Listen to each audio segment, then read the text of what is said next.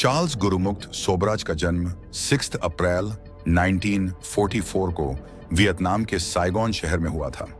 उसके पिता सोबराज हैचर्ड बावने एक इंडियन बिजनेसमैन थे, जबकि उसकी मां ट्रान ल्यूएन फुंग वियतनामीज थी। चार्ल्स सोबराज के जन्म के साथ ही उसके माता पिता के रिश्ते में दरारें आनी शुरू हो गईं और कुछ ही समय बाद दोनों अलग हो गए। जल्द ही चार्ल्स की मां ने एक French army officer lieutenant Alphonse Dario से शादी कर ली और चार्ल्स को अपने साथ फ्रांस के मार्सेल शहर ले गए। चार्ल्स सोबराज के स्टेपफादर डैरियो ने चार्ल्स को अपनाया जरूर, लेकिन कभी भी उसे अपना नाम नहीं दिया। चार्ल्स उस घर में एक आउटसाइडर की तरह ही पलता रहा। बचपन में ही उसे यह एहसास हो गया था कि वह कहीं भी पूरी तरह बिलोंग नहीं करता। न घर में अपनापन मिला, न स्कूल में दोस्त। मिक्स रेस होने की वजह से फ्रेंच बच्चे उसे दोस्ती करने से कतराते थे। वह अक्सर क्लास से गायब रहता, अकेला घूमता और दुनिया को समझने की कोशिश करता। उसका दिमाग शुरू से ही तेज था, लेकिन उसके अंदर खालीपन भरता जा रहा था। यह खालीपन ही आगे चलकर उसके किरदार का सबसे खतरनाक हिस्सा बना। उसे सबसे ज्यादा अपने बायोलॉजिकल फादर की कमी महसूस होती थी, जिन्होंने उसे पैदा होते ही त्याग दिया था। उसके अंदर इस वजह से अपने पिता के लिए गुस्सा भी था। गुस्से में उसने अपने पिता के लिए अपनी एक डायरी में लिखा था कि मैं आपको इस बात के लिए पछताने पर मजबूर कर दूंगा कि आपने एक पिता का कर्तव्य नहीं निभाया। उसने ये लाइन भले ही गुस्से में लिखी हो, लेकिन यही उसकी जिंदगी की सच्चाई बन गई। बीतते समय के साथ उसकी अपनों से दूरियां और भी बढ़ती गईं और वो क्राइम की दुनिया की तरफ खिंचता चला गया। कम उम्र में ही उसने चोरी और धोखाधड़ी जैसे छोटे मोटे अपराध करने शुरू कर दिए। सोबराज लोगों को मैनिपुलेट करके पहले उनका विश्वास जीतता और फिर एक दिन उनको लूट कर गायब हो जाता। मिक्स रेस से होने की वजह से उसके लुक्स काफी डिफरेंट थे। वो बहुत आसानी से किसी भी कल्चर के लोगों में घुल मिल जाता था। सबसे अच्छी नॉलेज उसे लैंग्वेज की थी। उसे फ्रेंच, इंग्लिश, हिंदी और वियतनामी समेत कई भाषाएं आती थीं। उसे लोगों के चेहरे पढ़ने आते थे और कौन सी बात कहकर उनका भरोसा जीतना है, ये भी उससे बहुत अच्छे से पता था। धीरे धीरे वो इंसान जो बचपन में खुद को दुनिया से अलग और ठुकराया हुआ महसूस करता था, अब दुनिया को ठगने की राह पर चल पड़ा था।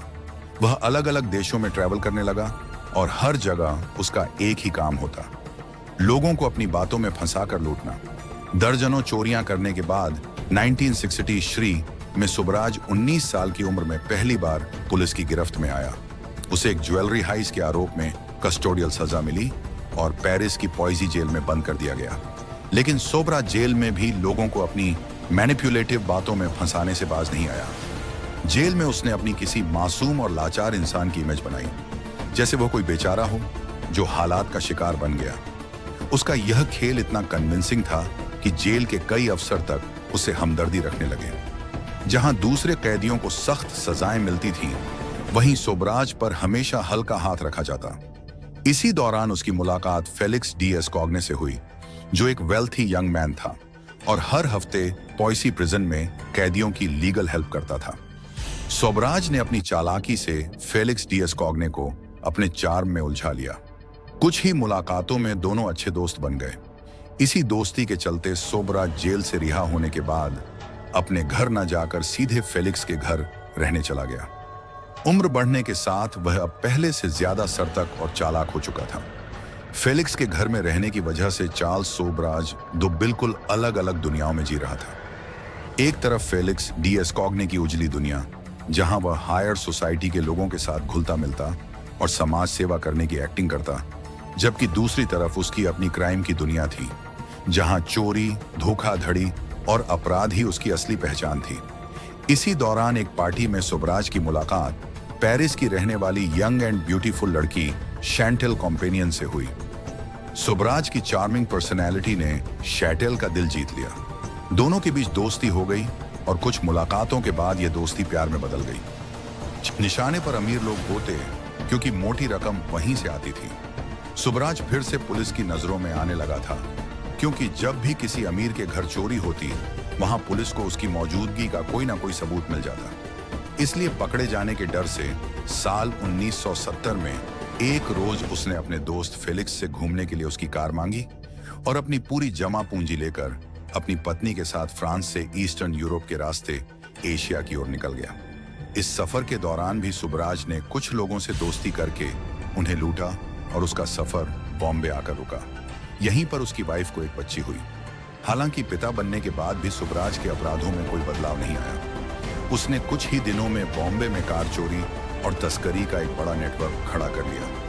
वह पाकिस्तान और ईरान से महंगी कारों को चोरी करता और भारत के बॉर्डर पर भ्रष्ट अफसरों को रिश्वत देकर इन गाड़ियों को भारत ले आता। यहाँ वह इन गाड़ियों को उन रईस इंडियन लोगों को बेच देता जो विदेशी कारों के शौकीन थे। इसी दौरान उसकी मुलाकात एक फ्रेंच आदमी से हुई जिसने उसे पैसे कमाने का एक बड़ा प्लान बताया। यह प्लान दिल्ली के आलीशान होटल अशोका में एक ज्वेलरी स्टोर को लूटने का था।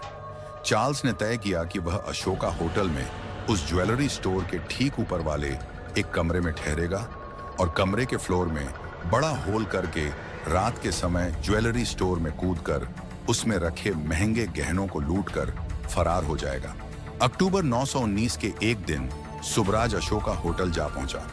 उसने ज्वेलरी स्टोर के ऊपर के कमरे को बुक करने की कोशिश की, लेकिन वह कमरा पहले से ही एक स्पेनिश कैबरे आर्टिस्ट ग्लोरिया मेंडेलिक के नाम पर बुक था, जो उस शाम उसी ग्लोरिया होटल में परफॉर्म करने वाली थी। लेकिन सुबराज ने हिम्मत नहीं हारी। उसने ग्लोरिया मेंडेलिक से मुलाकात की और उसे खुद को एक इंटरनेशनल होटल चेन का मालिक बताया। कुछ घंटों में ही उसने ग्लोरिया मेंडेलिक को अपनी बातों में फंसा लिया और उसे शादी के लिए प्रपोज कर दिया। ग्लोरिया भी उसकी बातों में आ गई और उसे अपने कमरे में ले आई।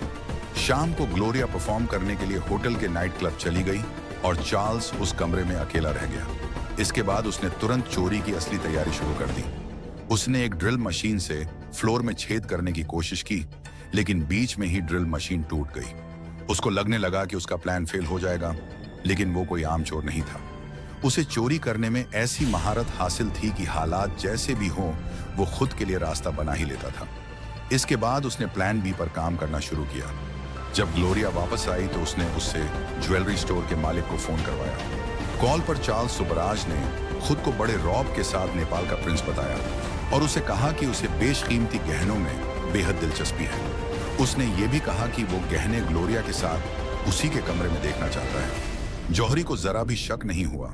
उसने तुरंत अपने एक आदमी को सबसे महंगे गहनों के साथ ग्लोरिया के कमरे में भेज दिया। जैसे ही जौहरी का आदमी कमरे में पहुंचा, सुबराज ने उस पर और ग्लोरिया पर बंदूक तान दी। इससे पहले कि वो कुछ समझ पाते, उसने उन्हें कोई नशीली चीज सूंघ कर बेहोश कर दिया। कुछ देर बाद जब ज्वेलर को लगा कि उसका आदमी काफी देर से वापस नहीं आया है, तो वो खुद ग्लोरिया के कमरे की तरफ गया। चार्ल्स ने उसे भी कमरे के अंदर बुलाया और उसी तरह बेहोश कर दिया। अब तीनों लोग बेहोश थे। उसने तीनों को उस कमरे में मजबूती से बांधा, फिर ज्वेलर की जेब से दुकान की चाबियां निकाली और बड़ी आसानी से दुकान में घुसकर 15 लाख रुपए के हीरे और कुछ कीमती रत्नों से भरा बैग चुराकर होटल से फरार हो गया। लेकिन जल्दबाजी में उसका पासपोर्ट होटल के कमरे में ही छूट गया, जिस पर उसका असली नाम लिखा था।